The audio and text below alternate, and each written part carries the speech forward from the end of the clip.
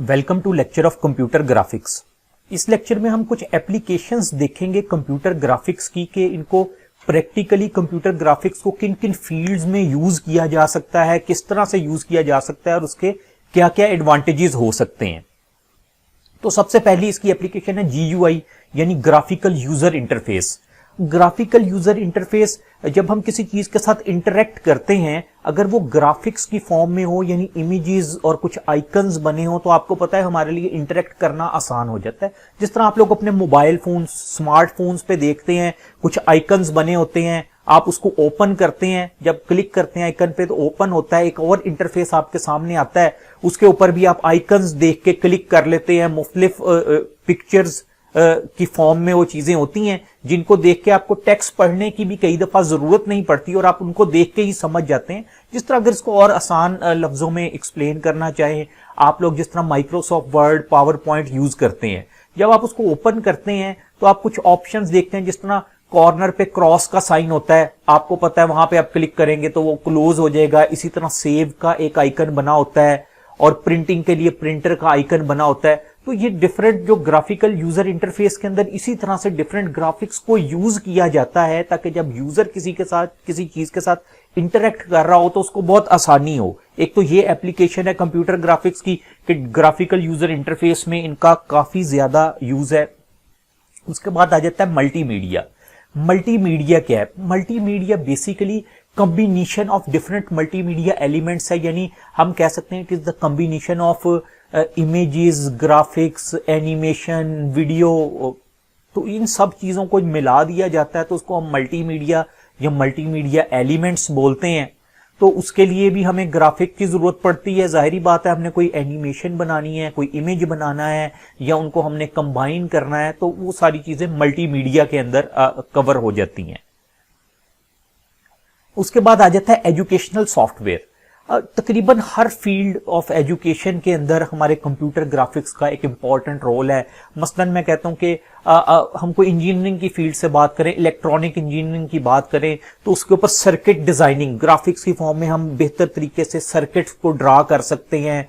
और इसी तरह अगर हम बात करते हैं इंजीनियरिंग की फील्ड में मैकेनिकल इंजीनियरिंग, तो हम अपने नट और बोल्ट्स और इस तरह की चीजों को डिजाइन कर सकते हैं, उनका एक ग्राफिकल व्यू देख सकते हैं। नेक्स्ट आ गया आर्किटेक्चर। आर्किटेक्चर से मुराद जिस तरह आपने देखा है कंप्यूटर एड ड्राफ्टिंग, तो उसके अंदर जिस तरह कोई मैप्स बनाना चाह रहे हैं, कोई घर है, कोई बिल्डिंग है, उसको हम डिजाइन करना चाह रहे हैं, उसका कोई मॉडल बनाना चाह रहे हैं तो वो हम कंप्यूटर ग्राफिक्स की फॉर्म के अंदर बना सकते हैं।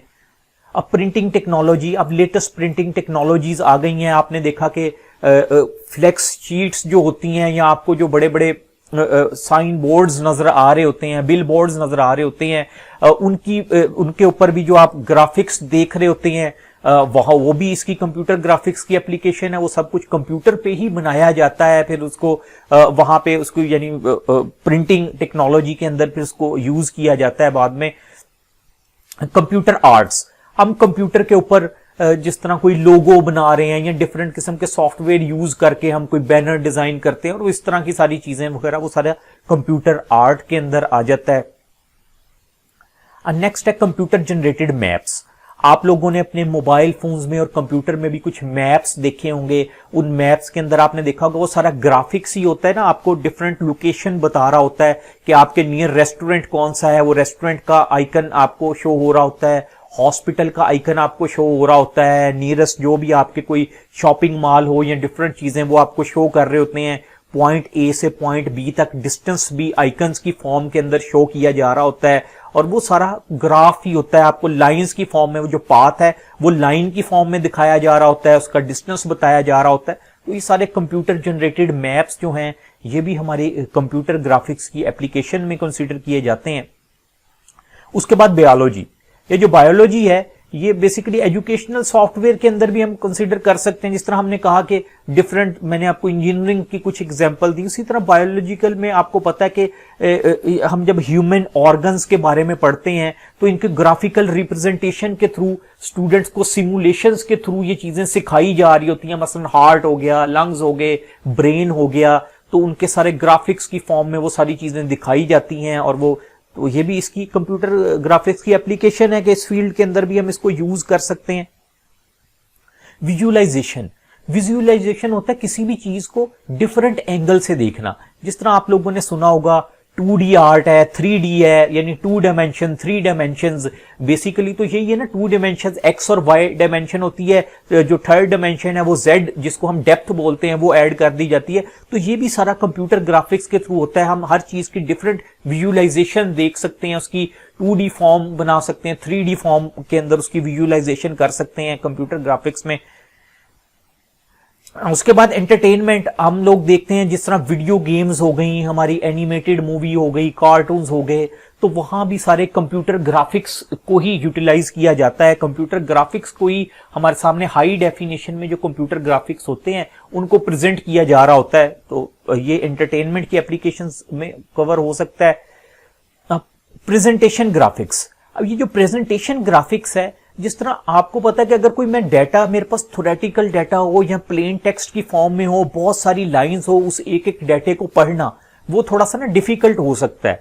तो अब क्या हो सकता है कि हम उसको ग्राफ्स बना लें, पाई चार्ट्स बना लें और बार चार्ट्स बना लें, उसके अंदर बना के अगर डाटे को शो करें तो उसकी विजुअलाइजेशन इजी हो जाएगी। आप लोगों ने अक्सर देखा होगा प्रेजेंटेशंस के अंदर चार्ट्स की फॉर्म में रिजल्ट बता रहे होते हैं। फॉर एग्जांपल कोई स्टूडेंट का रिजल्ट है, मुख्तलिफ स्टूडेंट्स का, पूरी क्लास का रिजल्ट है, तो वो ग्राफ की फॉर्म में बता रहे होते हैं कि 10 स्टूडेंट्स ऐसे हैं जिनका A ग्रेड है, 20 स्टूडेंट्स ऐसे हैं जिनका B ग्रेड है। तो इस तरह ग्राफ बना होता है, बजाय इसके कि हम वो सारा पढ़ें, जितने भी अगर 100 स्टूडेंट है तो 100 को देखें, पहले पढ़ें किसके कितने ग्रेड है, फिर उनको काउंट करें। तो ग्राफ जो है वो हमें डायरेक्टली बता देते हैं कि ओवरऑल किस तरह से है। तो हमारे सामने एक कह लें कि उसका एक कॉम्पैक्ट व्यू आ जाता है, या उसका एक कह लें कि एक ऐसा व्यू आ जाता है जो हमारे लिए, जिसको पढ़ना या समझना थोड़ा सा आसान हो जाता है, क्योंकि वो ग्राफिक्स की फॉर्म में उसकी प्रेजेंटेशन हो रही होती है।